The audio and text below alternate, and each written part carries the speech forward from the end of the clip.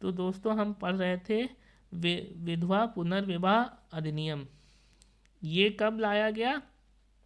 Lord Dalhousie के समय में लाया गया, लेकिन लागू हुआ लॉर्ड कैनिंग के समय में 26 जुलाई 1856 को अधिनियमित हुआ, लेकिन लाया गया डलहौजी के समय में। इस नियम में क्या था? नियम 15 जो था इस नियम का, उसमें विधवा विवाह को वैध करार दे दिया गया और उससे उत्पन्न संतान को भी वैध करार दे दिया गया।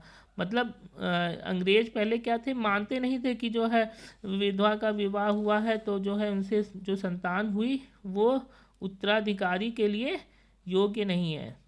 लेकिन फिर क्या हुआ, जब ये अधिनियम लाया गया तब इसको मान्यता मिल गई कि विधवा विवाह भी वैध है और उससे उत्पन्न संतान भी वैध है। ठीक है दोस्तों, अब हम आगे बढ़ेंगे। यहाँ पे बंगाल के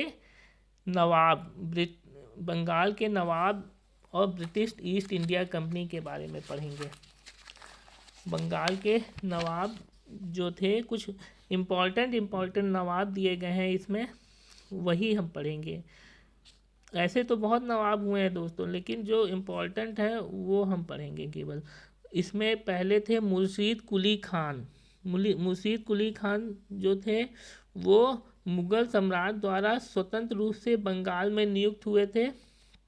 अंतिम गवर्नर थे, मतलब बंगाल के जो मुस्लिम गवर्नर थे मुगल सम्राट द्वारा ये नियुक्त किए गए थे। बंगाल के नवाब कौन थे? मुर्शीद कुली खान। और इन्होंने क्या काम किया? इन्होंने इजारा व्यवस्था लागू करी। इजारा व्यवस्था भूमि बंदोबस्त में प्रारंभ, ये किस में लागू करी? भूमि बंदोबस्त में। जो वहाँ की भूमि बंदोबस्त प्रणाली थी उसमें इजारा व्यवस्था लागू करी, कृषि प्रणाली। अब क्या आगे इन्होंने क्या काम किया? इन्होंने ढाका से मकसूदाबाद में राजधानी स्थानांतरित करी। मतलब पहले राजधानी ढाका में थी बंगाल की, और फिर कहाँ स्थापित करी इन्होंने? मकसूदाबाद, जो इस समय मुर्शिदाबाद के नाम से जाना जाता है। वो इन्हीं के नाम पर मुर्शिदाबाद नाम पड़ा है, मुर्शीद कुली खां के नाम पर। इन्होंने ही ढाका से मकसूदाबाद राजधानी को स्थानांतरित किया था। ठीक है दोस्तों, आगे बढ़ेंगे। अलीवर्दी खान, ये इम्पोर्टेंट है। अलीवर्दी खान जो बंगाल के नवाब थे, 1740 से 1756 ईस्वी तक इनका शासनकाल रहा है बंगाल में। इन्होंने जो मेन स्टेटमेंट दिया था, इनका क्वेश्चन आता है कि यूरोपीय शक्तियों की तुलना मधुमक्खियों से किसने की? तो ये ही थे बंगाल के नवाब अलीवर्दी खान। इन्होंने यूरोपीय शक्तियों की तुलना मधुमक्खियों से की थी। क्या कहा था? इन्होंने कहा था यदि उन्हें ना छेड़ा जाए तो वे शहद देंगी, और यदि छेड़ा जाए तो वे काट काट कर मार डालेंगी। मतलब यूरोपीय शक्तियाँ, अंग्रेज लोग ऐसे थे, अगर उनसे कुछ कहा ना जाए तो वो शहद देती रहेंगी, फ़ायदा देती रहेंगी। लेकिन अगर उनको छेड़ा जाए, उनको कुछ टोका जाए तो वो क्या करेंगी? जैसे मधुमक्खियाँ होती हैं काटने लगती हैं, उनको छेड़ दो, वैसे ही ये भी क्या करेंगे? परेशान करेंगे, मार डालेंगे युद्ध करके। इसके बाद हम देखते हैं, ये अलीवर्दी खान हो गए, इन्होंने मधुमक्खियों से तुलना करी। इसके बाद सिराजुद्दौला ने इनका शासनकाल 1756 से 1757, यही जो अभी हमने आपको बताया था पहले कि प्लासी का युद्ध जो हुआ था वो बंगाल के नवाब सिराजुद्दौला और रॉबर्ट क्लाइव अंग्रेज़ों के बीच हुआ था, जिसमें सिराजुद्दौला की मदद करी थी फ्रेंच ईस्ट इंडिया कंपनी ने, फ्रांसीसियों ने। वही सिराजुद्दौला हैं ये कौन थे? ये अलीवर्दी खां के दौहित्र थे, उत्तराधिकारी थे, उनके बाद के उत्तराधिकारी थे। और इनके समय में क्या हुआ? ब्लैक होल की घटना हुई 20 जून 1756 को। दोस्तों ये प्रश्न आता है कि ब्लैक होल की घटना कब हुई? तो 20 जून 1756 को। किसके समय में हुई? सिराजुद्दौला, बंगाल के नवाब सिराजुद्दौला के समय में। दोस्तों ये ब्लैक होल की घटना वो नहीं है आकाशीय वाली, ये दूसरी घटना है, इतिहास की दृष्टि से ये घटना है।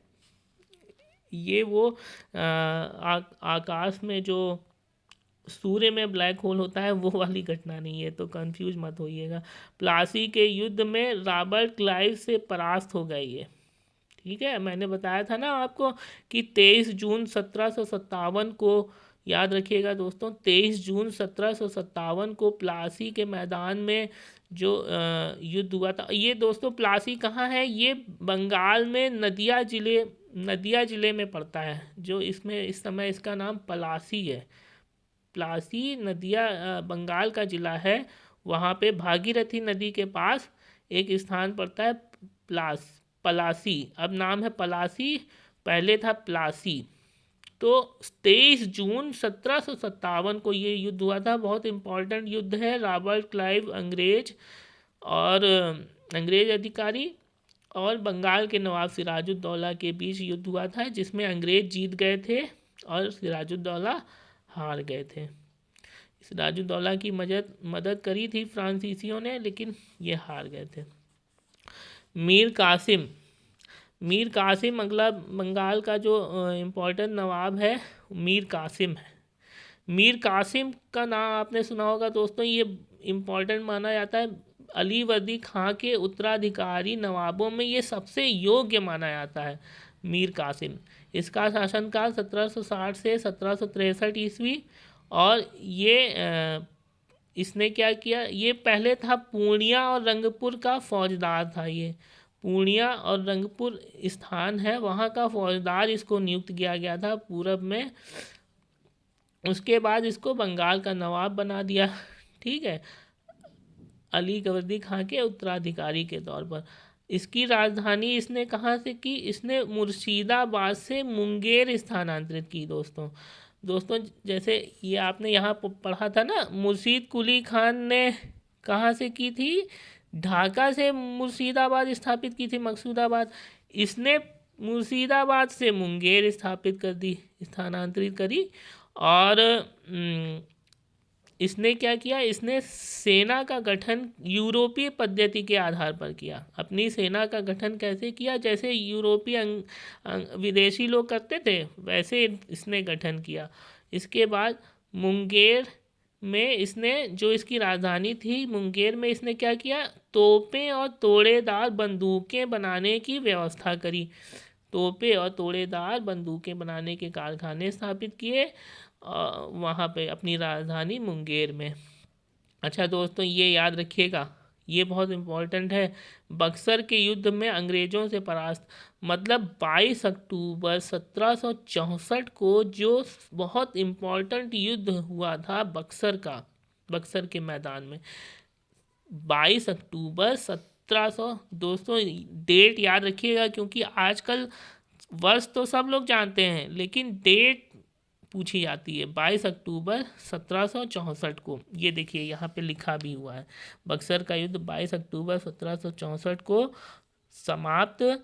इसमें मीर कासिम जो बंगाल का नवाब था, इसकी सेना अवध के नवाब शुजाउद्दौला, मैंने बताया था आपको, अवध के नवाब शुजाउद्दौला और दिल्ली का मुगल बादशाह शाह आलम द्वितीय, इन तीनों की संयुक्त सेना, मतलब तीनों मिले हुए थे।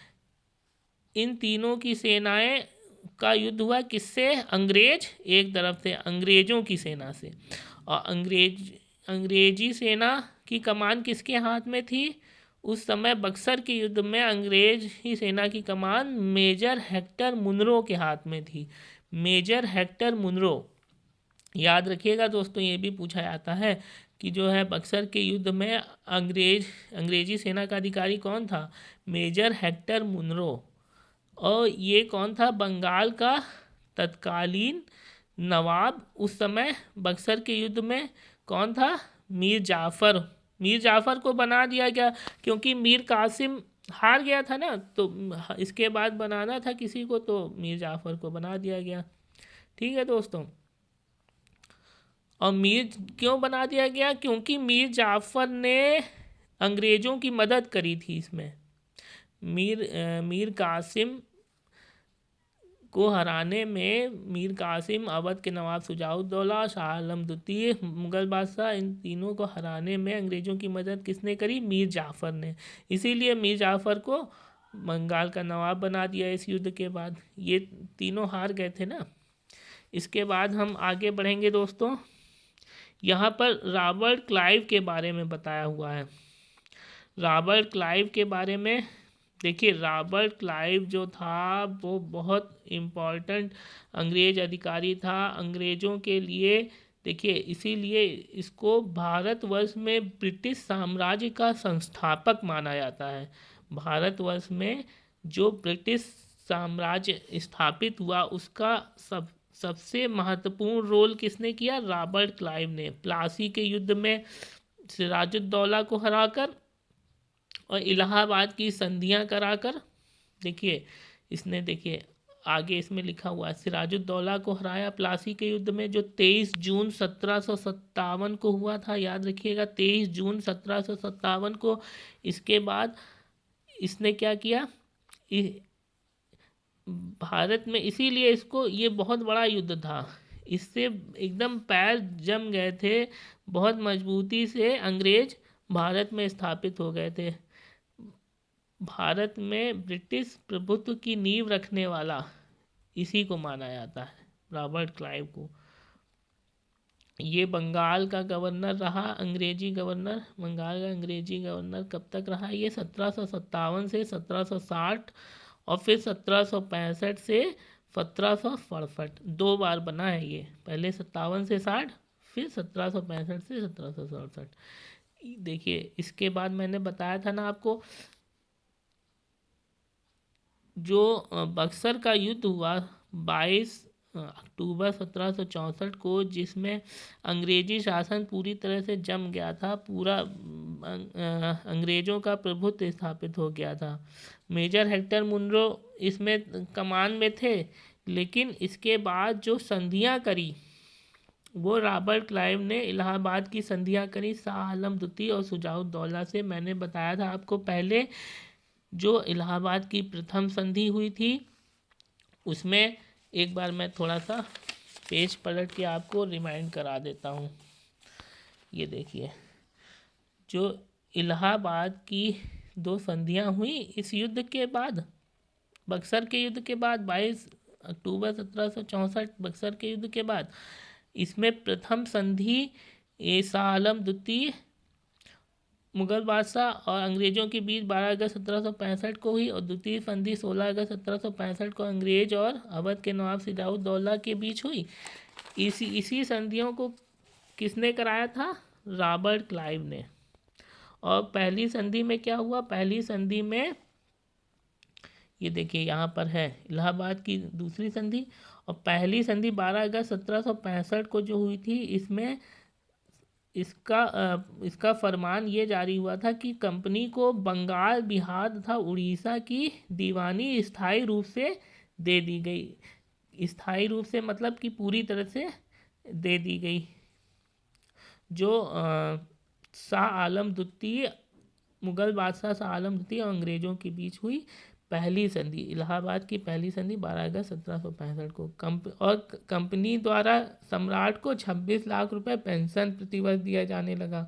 ठीक है, तो ये पहली संधि हुई। दूसरी संधि 16 अगस्त 1765 को हुई। इसमें क्या हुआ? इसमें शाह आलम को अंग्रेजी संरक्षण में रखा गया, लेकिन इलाहाबाद में जो अवध के नवाब कौन था? सिराजुद्दौला। अवध का नवाब सिराजुद्दौला ने जो छोड़े थे इलाहाबाद और कड़ा के क्षेत्र, ये शाह आलम को दे दिए गए।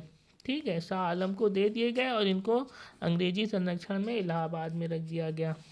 ठीक है दोस्तों, आगे हम बढ़ेंगे। आगे श्वेत विद्रोह। रॉबर्ट क्लाइव के समय में ही श्वेत विद्रोह हुआ था अंग्रेजी सैनिकों का। अंग्रेजी सैनिकों का श्वेत विद्रोह मतलब अंग्रेजी सेना ने ही अपने ही सेना में विद्रोह कर दिया था रॉबर्ट क्लाइव के टाइम में। और ये रॉबर्ट क्लाइव को माना जाता है कि ये बंगाल में लुटेरा राज्य का संस्थापक था। मतलब ये लोग क्या करते थे? एक तरह से लूटपाट करते थे। तो उसका संस्थापक इसको माना जाता है। और जन नेता के रूप में ये सैनिकों में जन नेता के रूप में ये प्रसिद्ध था रॉबर्ट क्लाइव, बहुत इम्पोर्टेंट है। रॉबर्ट क्लाइव सैनिकों में जन नेता के रूप में प्रसिद्ध था। इसके बाद दोस्तों हम देखेंगे परीक्षा की दृष्टि से कुछ इम्पोर्टेंट पॉइंट। प्लासी नामक स्थान पर युद्ध हुआ। पश्चिम बंगाल राज्य के नदिया जिले में स्थित भागीरथी नदी के किनारे युद्ध हुआ। ये तो मैंने बताया आपको। इसमें 2 दीवान थे, मोहम्मद रजा खान बंगाल के लिए और राजा सिताब राय बिहार के लिए। ये क्या थे? 2 उप दीवान थे कंपनी के, ठीक है। बक्सर के युद्ध में बंगाल का नवाब कौन था? मीर जाफ़र था, बताया। बक्सर का युद्ध पूरा बताया। मीर कासिम अवध के नवाब शुजाउद्दौला और मुगल बादशाह शाह आलम द्वितीय के बीच संयुक्त सेना अंग्रेजों की समय कमान किसकी थी? Major Hector Munro. बंगाल का तत्कालीन नवाब मीर जाफ़र। ये संधियाँ बता दी। अब दोस्तों यहाँ पर मैं आपको ये बताऊंगा, ये डुप्ले जो था फ्रांसीसी गवर्नर, पहली बार यूरोपीय सेना को भारतीय व्यय पर इसने भारतीय राज दरबारों में नियुक्त कराया। और सूरत फ्रांस का पहला